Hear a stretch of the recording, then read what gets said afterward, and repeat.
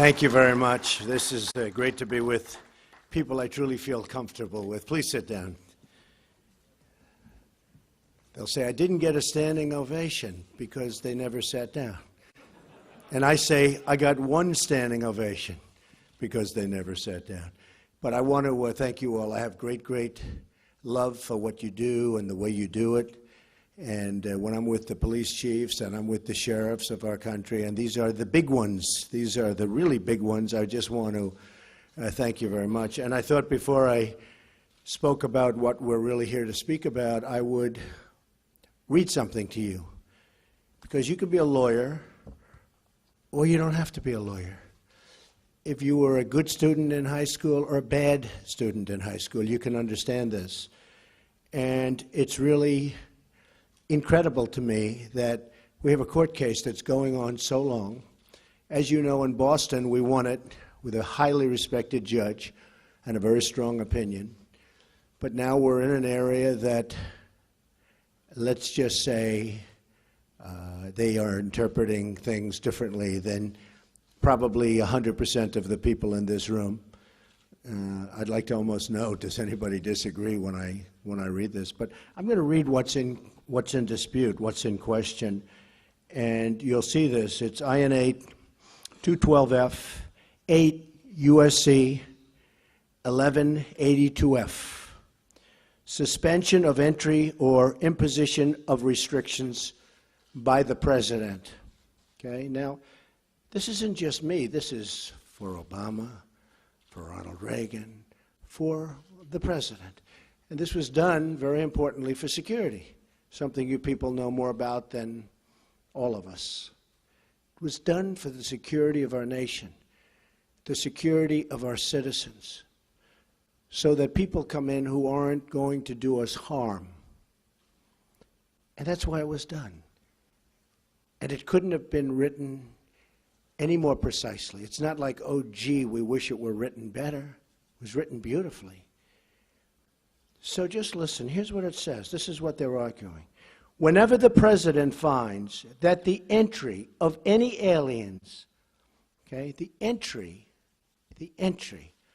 of any aliens, or of any class of aliens, so any aliens, any class of aliens, into the United States. So the entry of people into the United States, let's say, just to be precise, of aliens into the United States. So any time, whenever the president finds that the entry of any alien or any class of aliens into the United States would be detrimental to the interests of the United States, right? So if I find as president that a person or a group of people will be detrimental to the interests of the United States, and certainly there's lots of examples that we have, but you shouldn't even have them necessarily. He may be, and he may, by proclamation, and for such period as he shall deem necessary. Now, the only mistake is they should have said he or she. But hopefully it won't be a she for at least another 7 years. After that, I'm over. See? I just noticed that, actually. Just noticed it. I'm saying, whoa, this is not politically correct. It's correct, but it's not politically correct. You know, this is the old days. He may, by proclamation, and for such period as he shall deem necessary. So here it is. People coming in. Suspend the entry of all aliens, right? That's what it says. It's not like, again, a bad high school student would understand this.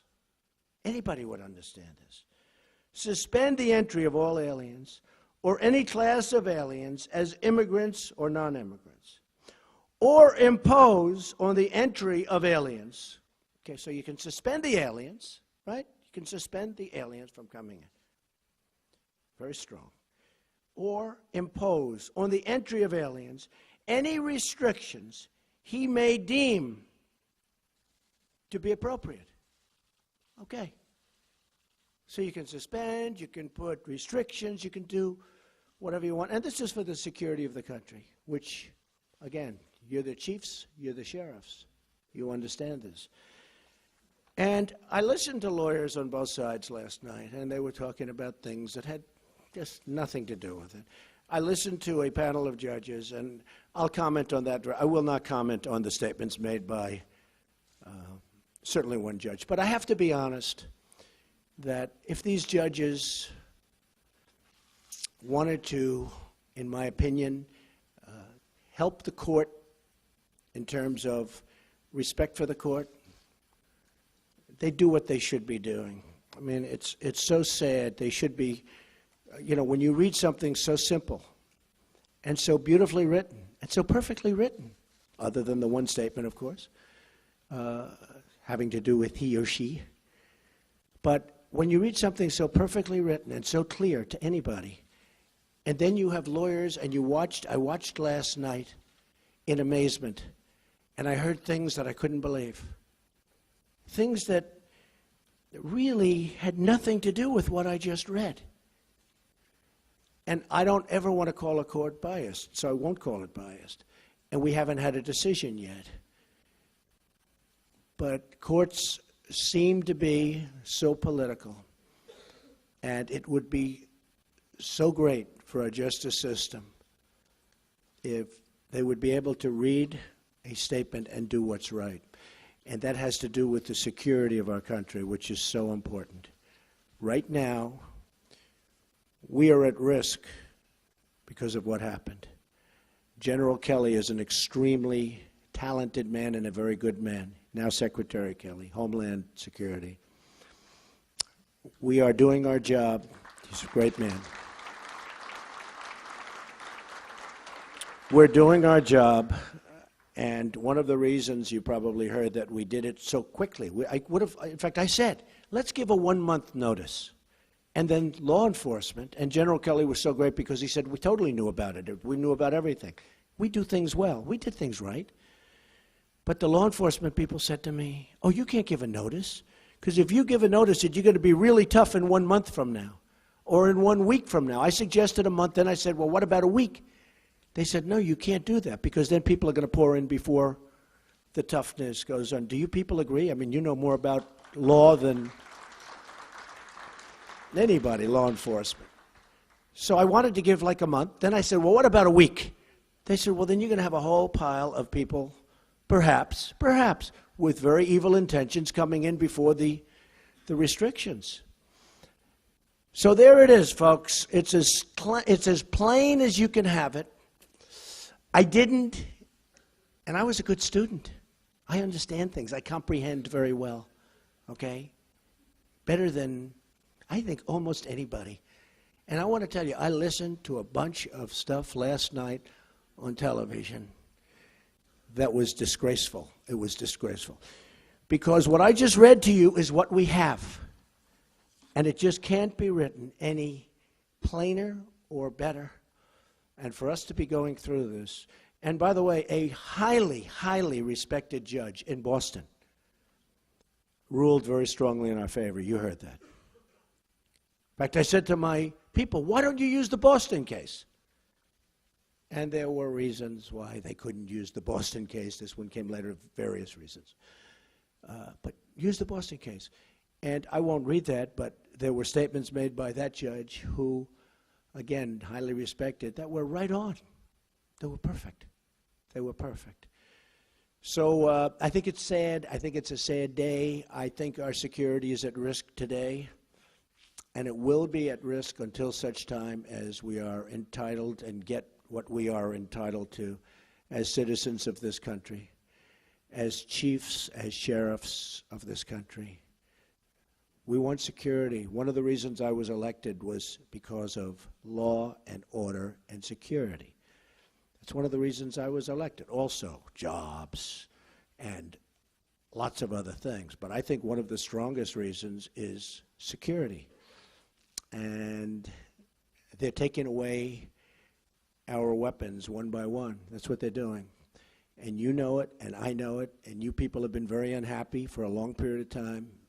And I can read the polls maybe better than anybody, because it seems that I understood the polls a lot better than many of the pollsters understood the polls, assuming they were honest polls, which I think probably many of them weren't. I really believe that.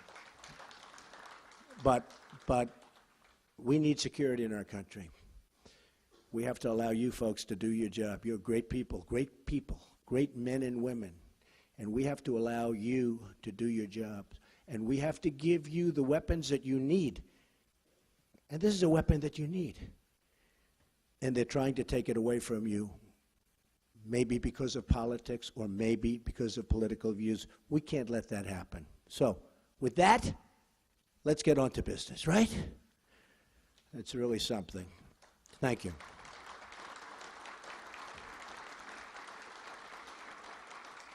I want to thank Sheriff Sandra Hutchins and Chief Tom Manger for your leadership and, frankly, for the service. You have had great service. Everyone has told me about you, two legendary people. All of us here today are united by one shared mission: to serve and protect the public of the United States. During my campaign for president, I had the chance to spend time with law enforcement officials all across our country. They're the most incredible people you will ever meet. And I just wanted to say to all of them right now, from the bottom of my heart, thank you, thank you, thank you.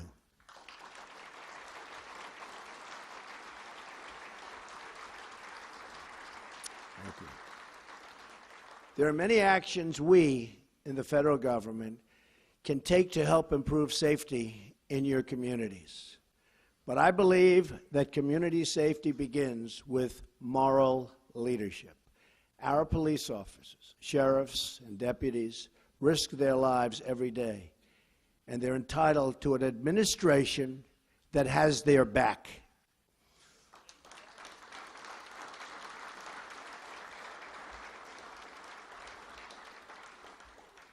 The first step in restoring public safety is affirming our confidence in the men and women charged with upholding our laws. And I'm going to add justices, judges in that category. And I'm very proud to have picked Judge Gorsuch, who I think is going to be an outstanding member of the Supreme Court. Outstanding.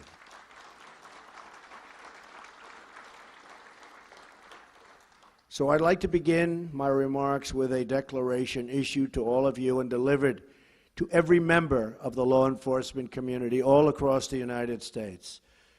My message today is that you have a true friend in the White House. You have. I stand with you. I support our police. I support our sheriffs. And we support the men and women of law enforcement.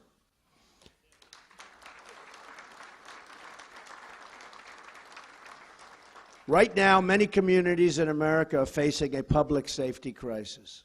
Murders in 2015 experienced their largest single-year increase in nearly half a century. In 2016, murders in large cities continued to climb by double digits. In many of our biggest cities, 2016 brought an increase in the number of homicides, rapes, assaults, and shootings. In Chicago, more than 4,000 people were shot last year alone, and the rate so far this year has been even higher. What is going on in Chicago? We cannot allow this to continue. We've allowed too many young lives to be claimed, and you see that. You see that all over. Claimed by gangs, and too many neighborhoods to be crippled by violence and fear. 60% of murder victims under the age of 22 are African American. This is a national tragedy, and it requires national action. This violence must end, and we must all work together to end it. Whether a child lives in Detroit, Chicago, Baltimore, or anywhere in our country, he or she has the right to grow up in safety and in peace. No one in America should be punished because of the city where he or she is born. Every child in America should be able to play outside without fear, walk home without danger, and attend a school without being worried about drugs or gangs or violence. So many lives and so many people have been cut short. Their potential, their life has been cut short.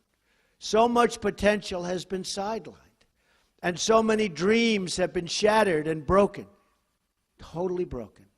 It's time to stop the drugs from pouring into our country. And by the way, we will do that. And I will say this, General, now Secretary Kelly, will be the man to do it. And we will give him a wall. And it will be a real wall. And a lot of things will happen very positively for your cities, your states. Believe me, the wall is getting designed right now. A lot of people say, oh, Trump was only kidding with the wall. I wasn't kidding. I don't kid. I watch this and they say I was kidding. No, I don't kid. I don't kid about things like that, I can tell you. No, we will have a wall. It will be a great wall, and it will do will be a big help. Just ask Israel about walls. Do walls work? Just ask Israel. They work, if it's properly done. It's time to dismantle the gangs terrorizing our citizens. And it's time to ensure that every young American can be raised in an environment of decency, dignity, love, and support. You have asked for the resources, tools, and support you need to get the job done. We will do whatever we can to help you meet those demands. That includes a zero-tolerance policy for acts of violence against law enforcement. We all see what happens. We all see what happens and what's been happening to you. It's not fair. We must protect those who protect us. The number of officers shot and killed in the line of duty last year increased by 56% from the year before. Last year in Dallas, police officers were targeted for execution. Think of this. Who ever heard of this? They were targeted for execution. 12 were shot and 5 were killed. These heroic officers died as they lived, protecting the innocent, rushing into danger, risking their lives for people they did not even know, but for people that they were determined to save. Hats off to you people. These slain officers are an eternal monument to all of the men and women who protect our streets and serve our public. We will not forget them, and we will not forget all of the others who made that final sacrifice in the line of duty. God has blessed our nation to put these heroes among us. Those who serve in law enforcement work long hours. You work long hours. I know so many sheriffs, so many chiefs, so many police who work long hours and dangerous hours oftentimes in difficult conditions and for not that much pay relative to what you're doing. They do it because they care. We must work with them, not against them. They're working against you. For many years, they've been working against you. We must support them, not undermine them. And instead of division and disunity, and which is so much disunity, we must build bridges of partnership and of trust. Those who demonize law enforcement or who use the actions of a few to discredit the service of many are hurting the very people they say that they want to help. When policing is reduced, crime is increased, and our poorest citizens suffer the most. And I see it all the time. When the number of police goes down, crime goes up. To build needed trust between law enforcement and the communities they serve, it is not enough for us to merely talk to each other. We must listen to each other. All of us share the view that those in uniform must be held to the highest possible standard of conduct. So important. You are the role models to young Americans all across this country, many of whom want to go into law enforcement, many of whom want to be a sheriff or a police chief, many of whom. They have great respect for you, tremendous respect. You don't even realize it, but I will tell you, they have great respect and admiration for the people in this room and the people that you represent. And don't let anyone ever tell you different. Don't let the dishonest media try and convince you that it's different than that, because it's not.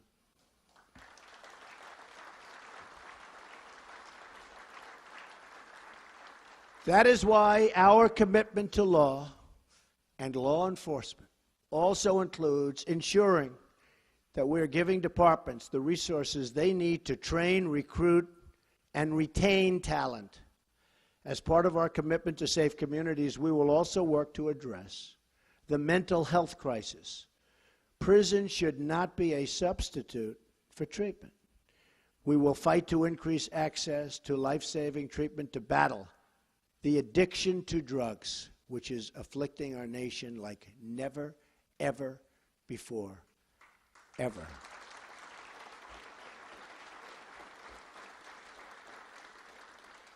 I've been here 2 weeks. I've met a lot of law enforcement officials. Yesterday, brought them into the Oval Office. I asked a group, what impact do drugs have in terms of a percentage on crime? He said 75 to 80%. It's pretty sad. We're going to stop the drugs from pouring in. We're going to stop those drugs from poisoning our youth, from poisoning our people. We're going to be ruthless in that fight. We have no choice. And we're going to take that fight to the drug cartels and work to liberate our communities from their terrible grip of violence. You have the power and knowledge to tell General Kelly, now Secretary Kelly, who the illegal immigrant gang members are. Now, you have that power because you know them. You're there. You're local. You know the illegals. You know them by their first name. You know them by their nicknames. You have that power. The federal government can never be that precise, but you're in the neighborhoods. You know the bad ones. You know the good ones. I want you to turn in the bad ones. Call Secretary Kelly's representatives, and we'll get them out of our country and bring them back where they came from, and we'll do it fast. You have to call up the federal government, Homeland Security, because so much of the problems, you look at Chicago and you look at other places, so many of the problems are caused by gang members, many of whom are not even legally in our country. And we will work with you on the front lines to keep America safe from terrorism, which is what I began this with. Terrorism, a tremendous threat, far greater than people in our country understand.